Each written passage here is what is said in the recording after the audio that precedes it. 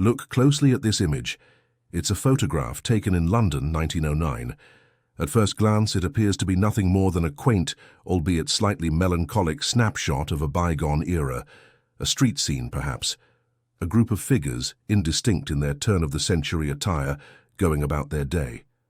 The quality is, as expected for the time, grainy, tinged with the sepia tones of age.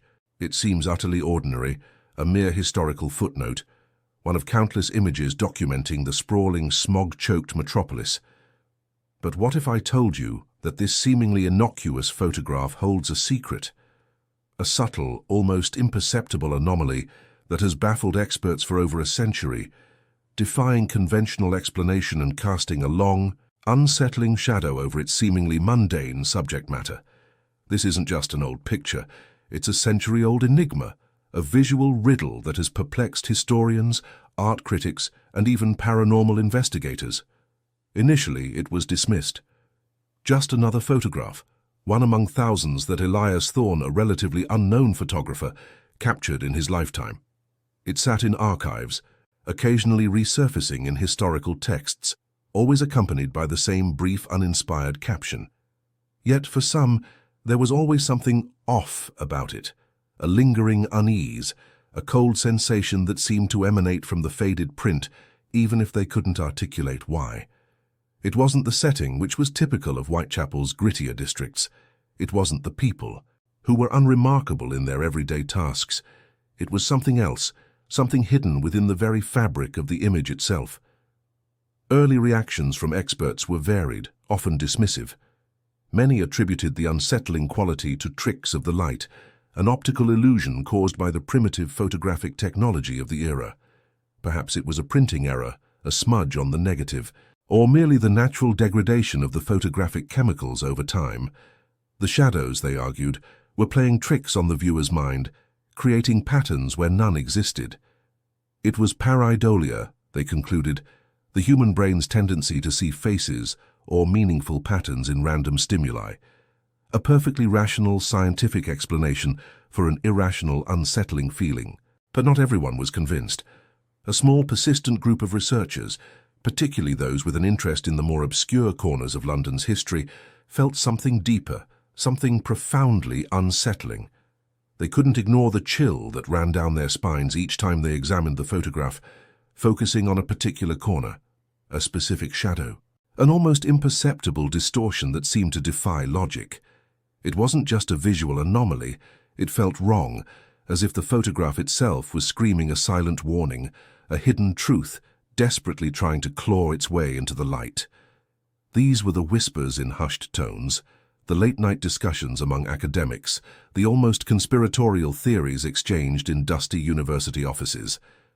The photograph, once a mere historical curio, began to gain a reputation, slowly transforming into an urban legend within the niche world of historical research. It became the one with the feeling, Thorne's folly, or, more ominously, the photograph that stares back. The fascination grew, fueled by the photograph's stubborn refusal to yield its secrets.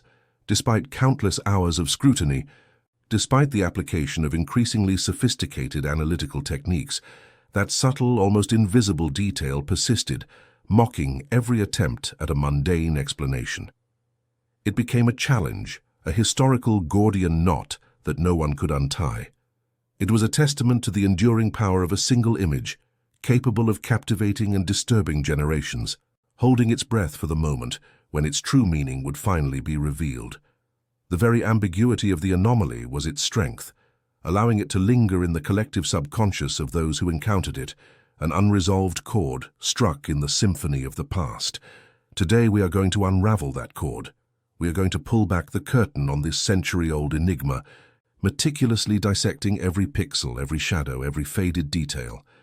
We will journey back to the very moment this photograph was captured, exploring the life of the man who took it and the world he inhabited.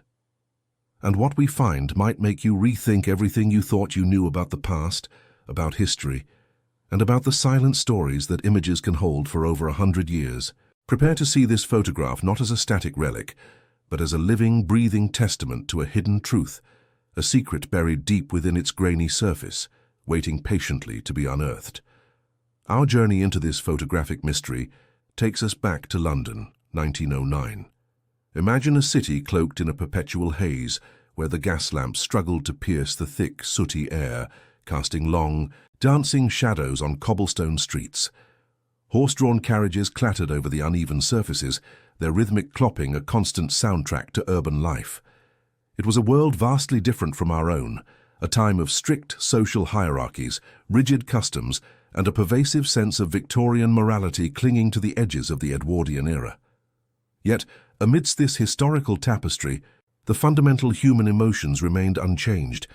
Love, loss, hope, and critically for our story, fear, were as potent then as they are today. The city pulsed with life, but also with an undercurrent of poverty, crime, and desperation, particularly in its sprawling working-class districts. This was the world Elias Thorne inhabited. He was a photographer, a struggling artist in an era where photography was still finding its footing as both a craft and an art form. He wasn't a celebrity, nor was he particularly wealthy. His studio, if one could call it that, was a modest affair, often a rented room in a less fashionable part of town, filled with the pungent aroma of chemicals and the soft glow of dark-room lamps. Elias was known for his stark, unvarnished realism. Unlike many of his contemporaries who favored posed portraits or romanticized landscapes, Thorne was drawn to the raw, unfiltered truth of the streets. He sought beauty not in the idyllic, but in the everyday struggle, the shadowed faces of laborers, the resilience etched into the brickwork of forgotten alleys.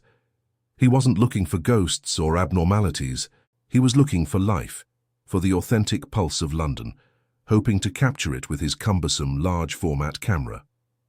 The specific day this photograph was taken was a dreary, unremarkable afternoon, the kind of day that felt heavy with the promise of rain, but never quite delivered.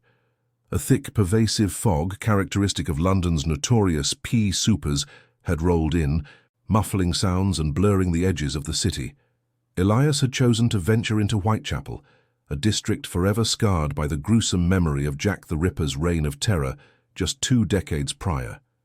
Even in 1909, a palpable sense of dread, a lingering shadow seemed to hang over its narrow lanes and dark corners. It was a place where poverty was rampant and hope often scarce. Thorne, with his keen eye for atmosphere, saw an opportunity to capture this feeling. The shadows, the stoicism of its inhabitants, the very soul of this resilient yet haunted part of the city. He took several shots that day, each one an attempt to distill the essence of Whitechapel onto a glass plate negative. His focus that afternoon led him to a particular location, a narrow alleyway, barely wide enough for 2 people to pass comfortably. It wound its way between crumbling brick buildings, perpetually shrouded in gloom, even on the brightest of days. Locals knew it as Gloom Alley, a name that perfectly encapsulated its oppressive atmosphere. It was a place whispered about, a shortcut many avoided, a locale that had a reputation for being a place where strange things happened, where shadows seemed to deepen and extend beyond their natural bounds, long before Elias Thorne ever set up his tripod there. It was a place where, even without the Ripper's legacy, an unsettling aura permeated the very air. After a long day of tramping through the fog-laden streets, Elias returned to his cramped darkroom. The rhythmic slosh of chemicals, the faint red glow of the safe light, and the anticipation of seeing his work develop were his nightly rituals. He meticulously processed the glass plate negatives, watching as the latent images slowly emerged from the chemical baths. He initially saw nothing unusual in the photograph that would later become so infamous. He saw a good atmospheric shot, a true representation of the Whitechapel he had aimed to capture, a slice of gritty urban life, shrouded in the characteristic fog, with the stark contrast of light and shadow playing across the ancient brickwork. It was, in his professional opinion, a success, a testament to his artistic vision. The photograph, along with several others from his Whitechapel series, was eventually published. It appeared in a local newspaper, likely as part of a feature titled Hidden London or Scenes of the East End. It was presented simply, without fanfare, just another picture among many, illustrating the daily life of the city. At that moment, nobody noticed anything unsettling. No one pointed out the subtle anomaly, the almost imperceptible detail that would later drive historians to distraction. It was just an image, a fleeting glimpse into a forgotten moment, destined to be seen, then quickly forgotten, filed away in the annals of journalistic history. The world moved on, unaware that a silent witness to a profound secret had just been unveiled, its truth patiently waiting to be discovered, hidden in plain sight for decades to come. Years turned into decades. Elias Thorne, the photographer who had unknowingly captured more than just a street scene, eventually faded into obscurity, much like the gas lamps and horse-drawn carriages he so diligently documented. His life's work, including the Whitechapel series, was largely forgotten, relegated to dusty archives and the occasional mention in obscure historical journals. The particular photograph, the one we are dissecting today, followed suit. It became just another anonymous image, tucked away in newspaper archives, nestled between reports of political scandals and advertisements for patent medicines, its subtle secret patiently biding its time, waiting for the right pair of eyes to truly see it. Fast forward to the 1970s. The world had changed dramatically. London was a different city, buzzing with new sounds, new fashions, and a new generation of scholars sifting through the remnants of the past. It was during this period that a young, ambitious historian named Dr. Eleanor Vance stumbled upon the photograph. Eleanor was then a doctoral candidate, immersed in researching London's social history, particularly the lives of its working-class inhabitants at the turn of the century. She was drawn to the photograph's raw, unpolished authenticity, its ability to transport her back to a time she was so passionately studying. It felt real, gritty, and offered a stark contrast to the often romanticized portrayals of the era. She appreciated Thorne's unflinching eye for reality.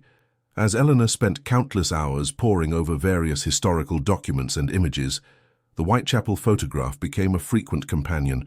She would return to it again and again, captivated by its atmospheric quality. But then, slowly, subtly, something began to nag at her. A faint, almost imperceptible smudge in the background, near a shadowed doorway within the alley's deep recesses. It wasn't immediately obvious, easily missed among the grain and age-related imperfections of the print. It didn't quite look like a person, lacking clear definition, yet it wasn't quite a shadow either. It was an anomaly, a visual hiccup in an otherwise consistent scene. At first, Eleanor, a rigorously trained historian, dismissed it. Her academic instincts told her it was likely nothing more than a trick of the light, a speck of dust on the negative during development, or perhaps a chemical stain that had manifested over the decades. The technology of 1909 was imperfect, and such artifacts were common. She tried to rationalize it away, to categorize it as a mundane flaw, but the image, or rather that particular spot in the image, kept pulling her back. It was like a persistent itch you couldn't quite scratch, a half-remembered dream that lingered upon waking. The smudge, or whatever it was, seemed to possess an unusual depth, an almost three-dimensional quality that defied simple explanations. It seemed to have a presence. Driven by a growing, though initially unacknowledged, curiosity, Eleanor began to show the photograph to colleagues. She would casually point it out, asking for their opinion on the overall composition, then subtly guide their attention to the peculiar area. The reactions were varied. Many saw nothing out of the ordinary, dismissing it as a vague imperfection. Just a shadow, they'd say, or the print's a bit degraded there. Others, however, saw what she saw. They too noticed the faint, undefined shape, the unsettling ambiguity of it. But like Eleanor, they couldn't explain it. They offered similar rationalizations. Pareidolia, they'd suggest, reinforcing the idea that the human mind was simply trying to find meaning in randomness. "Your brain is imposing a form onto an indistinct area, Eleanor," one senior professor kindly advised. "It's a common psychological phenomenon." Despite the dismissals, the mystery slowly, almost imperceptibly, began to grow. Eleanor, unable to shake the feeling that there was more to it, continued her quiet investigation. As photographic technology advanced throughout the 70s and 80s, she eagerly sought out opportunities to get better scans, higher-resolution digital copies of the original negative whenever available. With each improvement in clarity, the smudge became clearer, more defined, yet still maddeningly unidentifiable. It solidified into a distinct, albeit blurry shape that seemed to defy categorization. It wasn't a clear figure, nor was it a simple blotch. It was something in between, something that hinted at form without fully revealing it. Its persistence, despite technological advancements meant to clarify, only deepened the enigma.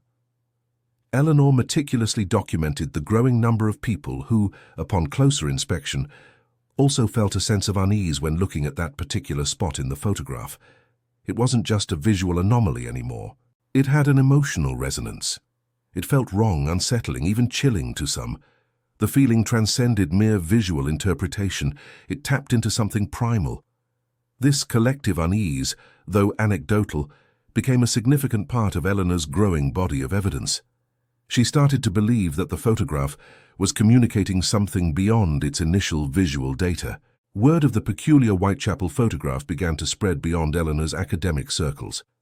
It gained a cult following among fringe historians, those who delved into the more esoteric and unexplained aspects of the past, and inevitably among paranormal enthusiasts. They were captivated by the story of the historian who couldn't explain the unexplainable within a seemingly mundane historical document.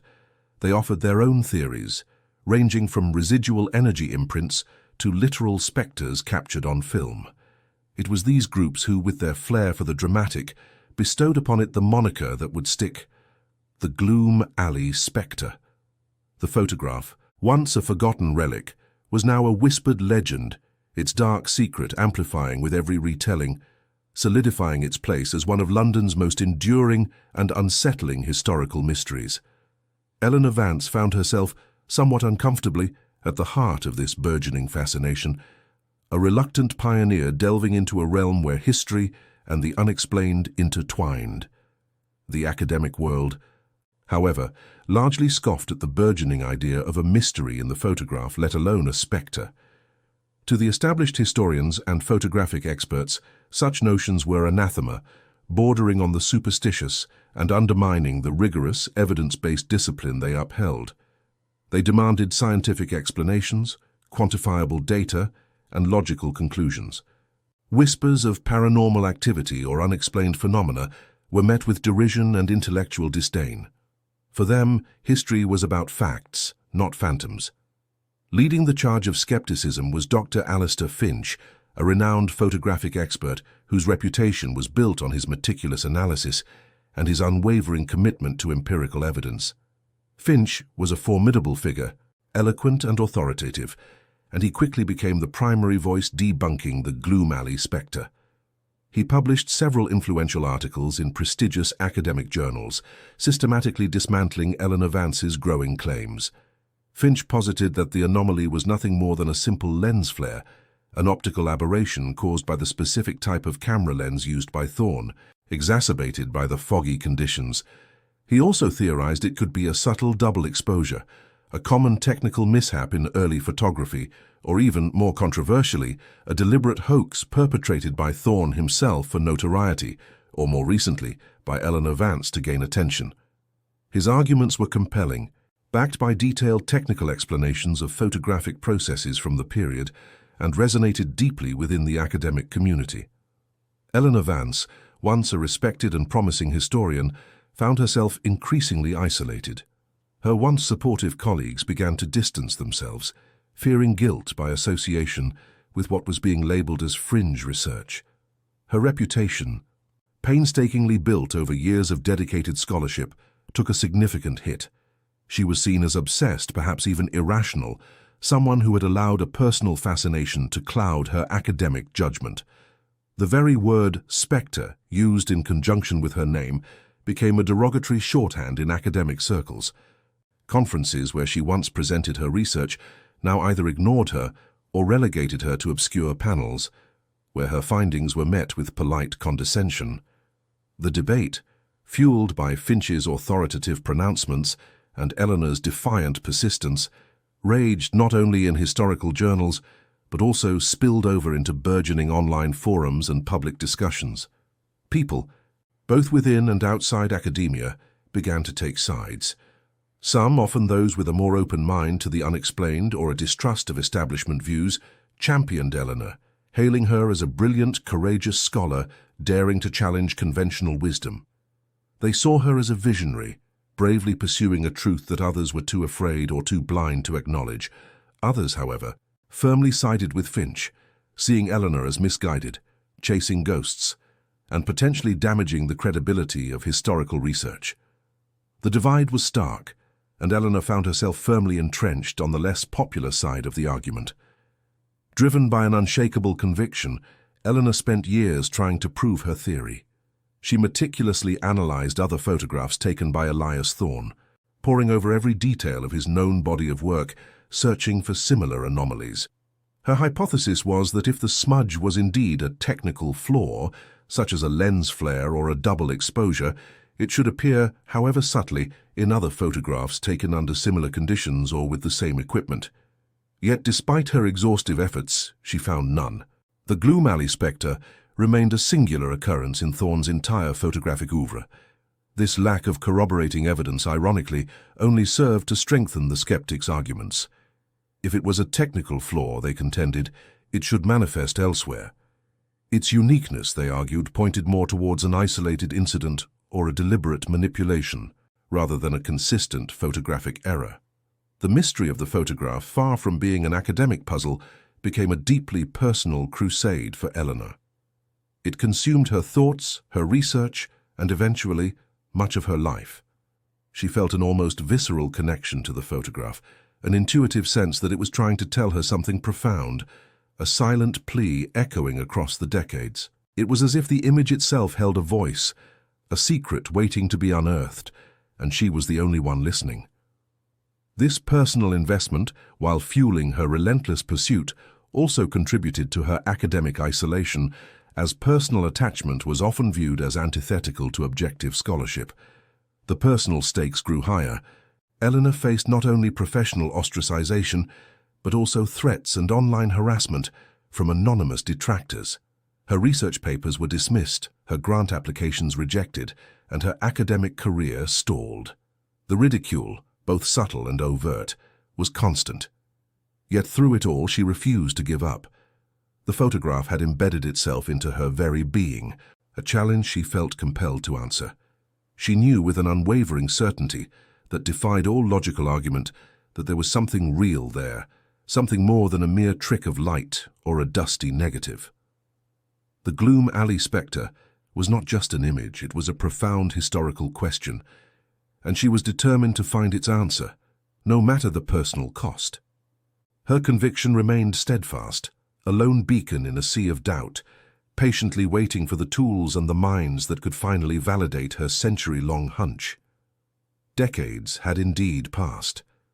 The relentless march of time had etched lines onto Eleanor Vance's face, silvered her once vibrant hair and slowed her gait, but it had not dimmed the fire in her eyes, nor her unwavering conviction regarding the Gloom Alley photograph.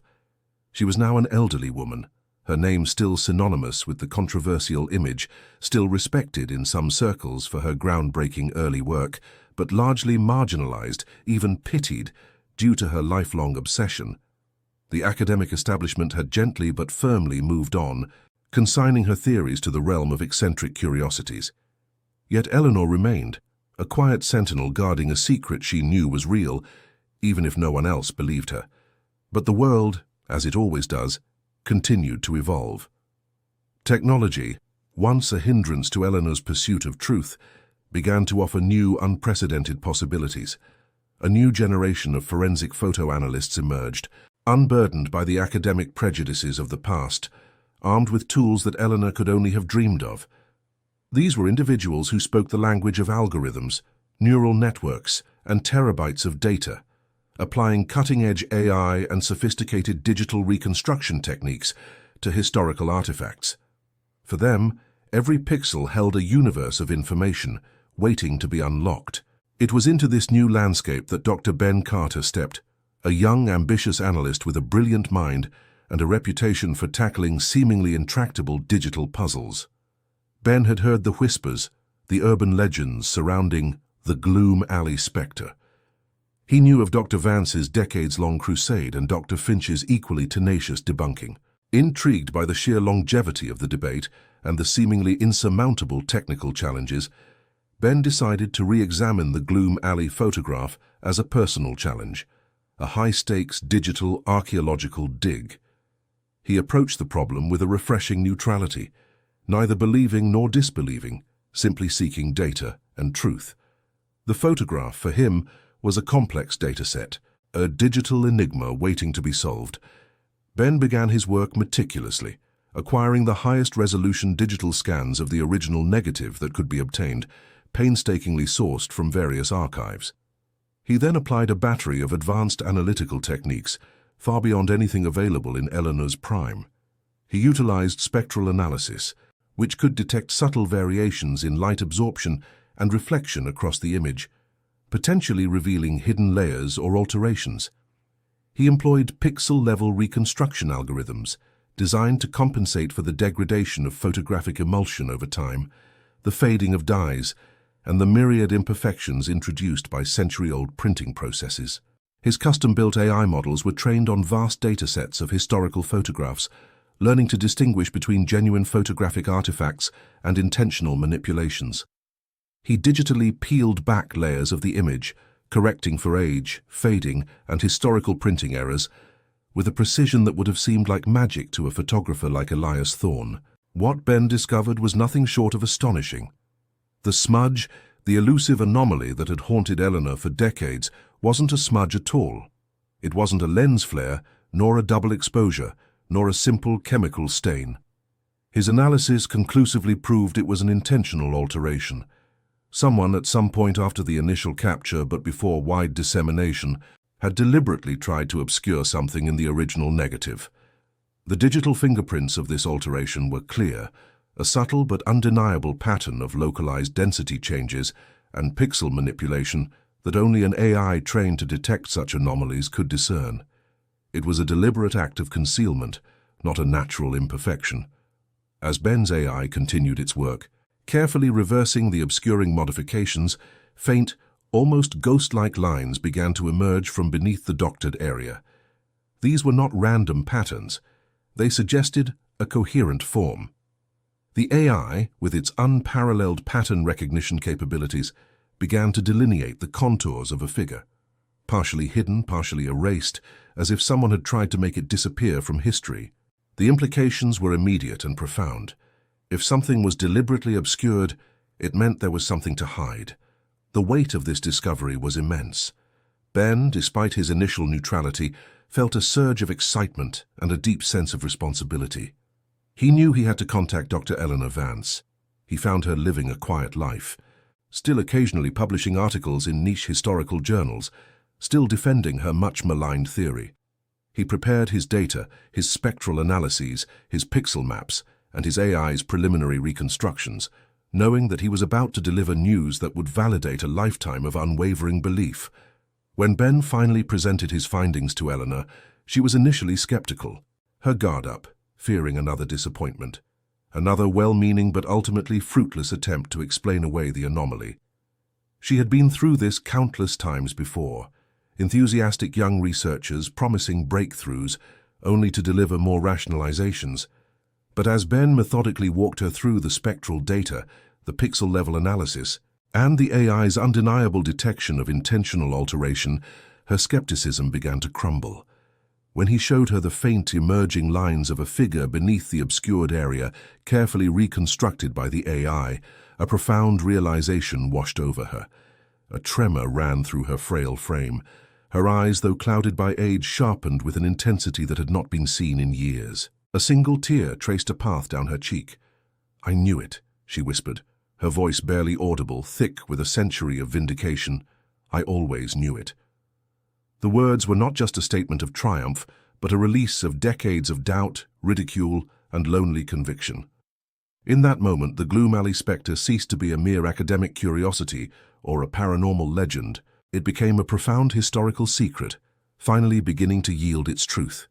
The turning point had arrived not with a bang, but with the quiet hum of an algorithm and the unwavering belief of an old woman.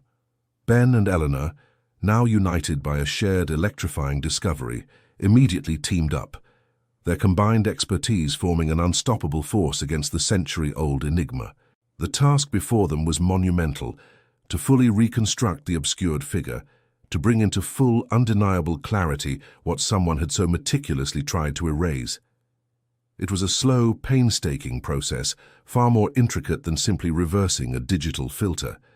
It was like piecing together a shattered mirror, where each shard held only a fraction of the truth, and many pieces were still missing or distorted. Ben's advanced AI algorithms worked tirelessly, sifting through millions of pixels, interpolating missing data, and cross-referencing faint visual cues against known patterns of human anatomy and clothing from the period. Eleanor, with her profound historical knowledge, guided the AI's parameters, offering crucial context about fashion, posture, and common objects of 1909 London, ensuring the reconstructions were historically plausible. As the image gradually became clearer, pixel by painstaking pixel, the initial faint lines coalesced into a discernible form. The smudge, once an ambiguous blotch, transformed into an undeniable human figure. It was not a spectre, not a trick of the light, but a person, a woman. Her posture was stiff, almost unnatural, and as more detail emerged, her face, though still slightly blurred by the original alteration, showed unmistakable signs of distress. Her eyes, wide and fixed, seemed to gaze directly out of the photograph, a silent plea frozen in time. Her mouth was slightly agape, perhaps in a gasp or a silent cry. The realization hit them with the force of a physical blow. This was not just an obscured figure, but a victim. Even more shocking, as the AI continued its meticulous work, it identified faint, almost invisible details around the woman's neck and wrists.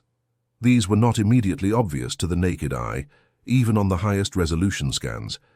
But the AI, trained to detect subtle textural and tonal anomalies, highlighted them with chilling precision. They were restraints. Thin, dark lines around her wrists suggested tightly bound ropes or cords, pulling her hands together in front of her. A similar, though less distinct mark appeared around her neck, hinting at a ligature or a collar of some kind. She appeared to be bound, held captive against her will. The photograph, once a mere historical curiosity, was rapidly transforming into something far more sinister, a documented moment of extreme vulnerability, a silent scream from the past. Their focus then shifted to the background. What had always been interpreted as a simple, grimy brick wall of a typical London alleyway began to reveal hidden complexities. The AI, applying filters designed to enhance subtle surface irregularities and patterns, detected faint markings etched into the bricks. They were not random graffiti or weathering effects. These were deliberate symbols, carefully carved or painted onto the masonry. They were stylized, archaic, and deeply unsettling. Eleanor, drawing upon her vast knowledge of obscure historical societies and cults, immediately recognized their sinister implications. She had encountered similar iconography in her peripheral research into London's darker underbelly, but had always dismissed them as fringe historical footnotes. Now they were front and center, demanding attention. The full, horrifying realization dawned on them both. The photograph wasn't a mystery of the paranormal, a ghostly apparition, or a photographic error. It was a hidden crime scene. The smudge, the intentional alteration, was not meant to confuse or obscure a natural phenomenon. It was a deliberate, calculated attempt to cover up something horrific, to erase a moment of profound human suffering from the historical record. Elias Thorne's photograph was not just a picture of an alley, it was a silent witness to a crime, a carefully concealed piece of evidence. The woman was not merely a figure, she was a victim, captured in a moment of terror and helplessness. Eleanor, her mind racing, immediately connected the symbols on the wall with a little-known, highly secretive cult active in London during the early 20th century. They were known only through fragmented police reports and sensationalized, often dismissed, newspaper articles detailing strange disappearances and bizarre rituals. This cult, which often operated under the guise of esoteric philosophical societies, was rumored to engage in dark practices, including human sacrifice, and was believed to have vanished without a trace by the 1920s. Their existence had always been a shadowy footnote in London's criminal history, never fully substantiated, often attributed to urban myth. Now these symbols, etched into the very fabric of the photograph, provided unequivocal proof of their presence and their sinister activities. The mystery of the photograph, which had baffled experts for over a century, shifted dramatically. It was no longer an academic debate about photographic anomalies or a search for paranormal explanations. It was a potential cold case murder, buried for over 100 years, waiting for the right technology and the right minds to bring it to light. The woman in the photograph was not a ghost, but a forgotten victim whose story was now, finally, beginning to emerge from the digital shadows. The weight of this revelation was immense, transforming a historical artifact into a powerful, poignant testament to a long-silenced tragedy. The photograph had held its secret for generations, and now, with the help of Ben's cutting-edge technology and Eleanor's unwavering historical intuition, that secret was finally screaming its truth across the chasm of time. The quest for truth had transitioned from an intellectual pursuit to a moral imperative, a search for justice for a woman whose suffering had been erased from history. Ben and Eleanor, now fully convinced of the horrific truth embedded within the photograph, knew they could not keep this discovery to themselves. This was no longer an academic exercise or a personal crusade. It was a matter of justice, a century overdue. They compiled their findings meticulously: the high-resolution AI reconstructed image of the bound woman, the spectral analysis confirming the intentional alteration, and Eleanor's detailed research linking the symbols in the alley to the obscure, sinister cult. Armed with this undeniable evidence, they brought their case to the Metropolitan Police. Predictably, they were met with a healthy dose of skepticism. Detective Inspector Davies, a grizzled veteran of cold cases, listened patiently, his face a mask of polite disbelief. He had seen his share of cranks and conspiracy theorists. A photograph from 1909, claiming to depict a ritualistic murder covered up by a secret society, sounded like something out of a penny dreadful novel. But as Ben projected the AI's step-by-step reconstruction, demonstrating how the smudge had been meticulously unlayered to reveal the bound woman, and as Eleanor calmly presented the historical context of the cult and its known practices, Davies's skepticism began to waver. The sheer volume and scientific rigor of the AI's data were undeniable. It wasn't just a theory, it was forensic evidence, albeit from a century ago. Reluctantly, but compelled by the irrefutable data, the police opened a cold case investigation. The first step was to pinpoint the exact location. Using the reconstructed image, Ben's AI analyzed the architectural details, the unique brickwork, and the ambient light patterns, cross-referencing them with historical maps and surviving photographs of Whitechapel from the period. Within days, they identified the approximate location within Gloom Alley, where the photo was taken, and more importantly, where the woman was standing. It was a secluded nook, barely visible from the main thoroughfare, perfectly suited for a clandestine act.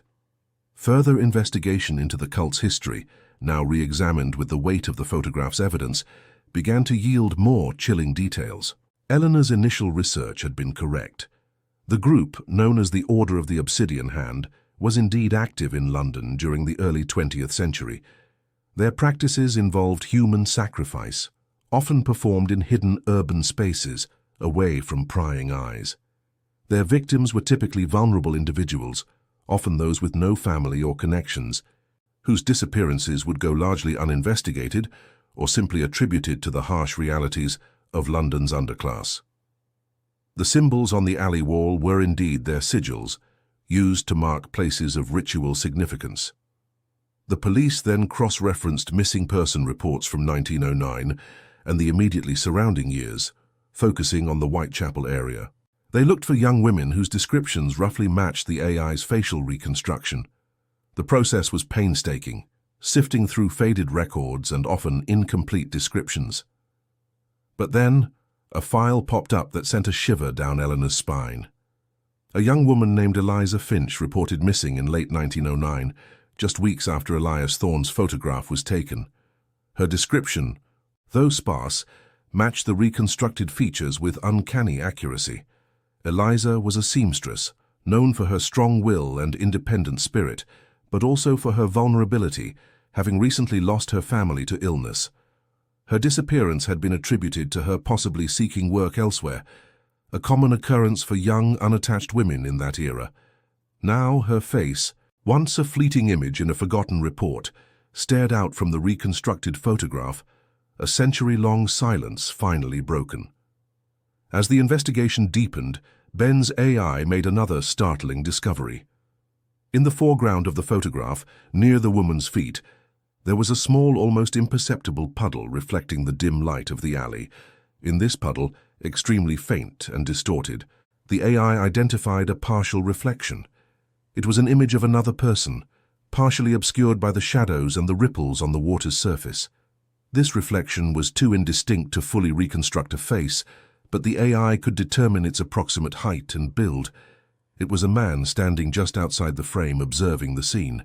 This detail instantly raised a terrifying question. Was this the cult leader? Or even more chillingly, was it Elias Thorne himself, the photographer, forced to document the horrific event? The final, chilling revelation, pieced together from all the evidence, solidified the profound and tragic narrative of the Gloom Alley photograph. The smudge wasn't merely an attempt to cover up a crime by a third party. It was a deliberate, subtle alteration made by Elias Thorne, the photographer himself. He knew what he was seeing that day in Gloom Alley. He couldn't openly report it. Perhaps he was threatened, perhaps he was even coerced into being there, forced to document the cult's horrific ritual. But he couldn't bring himself to completely erase the truth. Instead, he subtly altered the negative, creating an anomaly that would be dismissed by most, but one that he hoped someone with the right tools and the right intuition would someday uncover. It was a desperate act of defiance, a silent scream for justice embedded within the very fabric of the image. He had used his craft not to hide the truth, but to preserve it, hoping against hope that one day the hidden message would be deciphered. Elias Thorne, the struggling but ambitious photographer, had not been looking for ghosts. He had stumbled upon something far more terrifying, pure human evil. And in that moment of profound terror and moral compromise, he had chosen to bear silent witness, leaving a breadcrumb trail for future generations. The photograph was not just a record of a dark ritual, it was a testament to the photographer's conscience, a desperate plea from the past, waiting over 100 years for its voice to be heard. The mystery wasn't just about what was hidden, but why it was hidden and by whom. And now the full weight of that truth, a truth born of fear, complicity, and a flicker of hope, had finally been brought into the light. The story of Eliza Finch, once a forgotten statistic, a mere name in a dusty ledger, was finally told. Her disappearance, for over a century shrouded in the anonymity of London's vast underclass, was no longer a mystery. It was a recognized tragedy, a life brutally cut short, now brought into the harsh light of public consciousness. The Gloom Alley photograph, which had captivated and confounded for generations, underwent a profound reclassification. It was no longer merely a historical artifact, a quaint glimpse into 1909 London, nor was it a paranormal curiosity whispered about in hushed tones. It had become something far more significant, a piece of forensic evidence, a silent witness to a century-old crime, a testament to a life lost and a truth suppressed. Eleanor Vance, the tireless historian, whose unwavering dedication had spanned decades, was finally vindicated.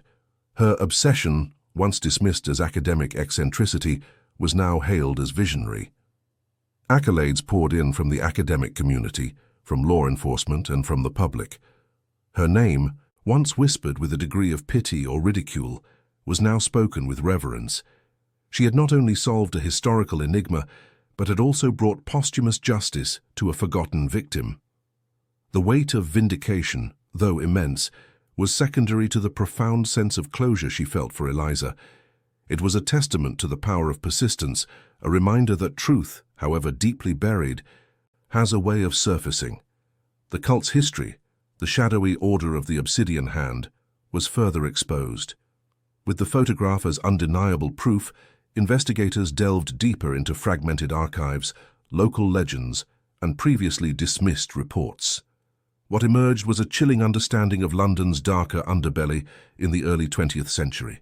The city, often romanticized as an era of gas lamps and elegant society, also harbored secretive, malevolent groups preying on the vulnerable, operating just beneath the veneer of civility. The cult's rituals, their victims, and their methods were meticulously documented, painting a grim picture of a hidden terror that had operated with impunity for years. This exposure served as a stark reminder that history is not always neat and tidy. It often contains uncomfortable truths that challenge our perceptions of the past. The entire saga served as a powerful reflection on the enduring power of images. They are not merely static representations of a moment in time. They are vessels, capable of holding secrets for generations, waiting patiently for the right tools, the right eyes, and the right moment to unlock them. The Gloom Alley photograph had been seen by countless people over the decades, yet its true narrative remained locked away, hidden in plain sight. It took the convergence of human intuition, historical expertise, and cutting-edge technology to finally decipher its silent scream. It proved that sometimes the most terrifying truths aren't lurking in the shadows, but are meticulously woven into the fabric of what we believe to be mundane, waiting for us to truly see beyond the surface. To underscore this profound revelation, a side-by-side comparison was presented. On one side, the grainy, sepia-toned original photograph, just as Elias Thorne had captured it in 1909. The smudge remained, a dark, ambiguous blur near the shadowed doorway, easily dismissed as a flaw or an optical illusion. It was unsettling, perhaps, but ultimately inscrutable. On the other side, the AI reconstructed image, vibrant, clear, and hauntingly precise. The smudge was gone, replaced by the stark, undeniable figure of Eliza Finch. Her face, etched with terror and despair, stared directly out. Her hands, bound tightly at the wrists, were visible, as were the faint ligature marks around her neck. The symbols on the brick wall, once invisible, now clearly stood out, ominous and unmistakable. The distorted reflection of the unknown observer in the puddle subtly completed the horrifying tableau. The dramatic difference between the two images was not merely visual, it was narrative. The original photograph hinted at a mystery, a fleeting sense of unease. The reconstructed image screamed a story of abduction, ritual, and murder. It transformed a century-old curiosity into a chilling narrative of human cruelty and desperate hope.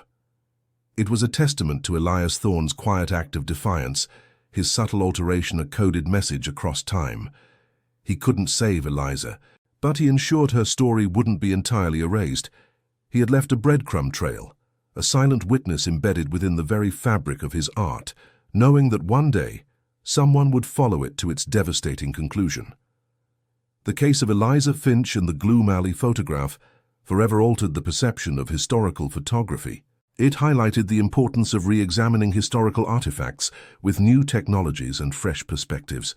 It served as a powerful reminder that history is not a static collection of facts, but a dynamic, often hidden narrative waiting to be unearthed. The photograph, once a source of academic debate, now stood as a monument to a forgotten life, a chilling testament to the dark corners of humanity, and a beacon for the relentless pursuit of truth.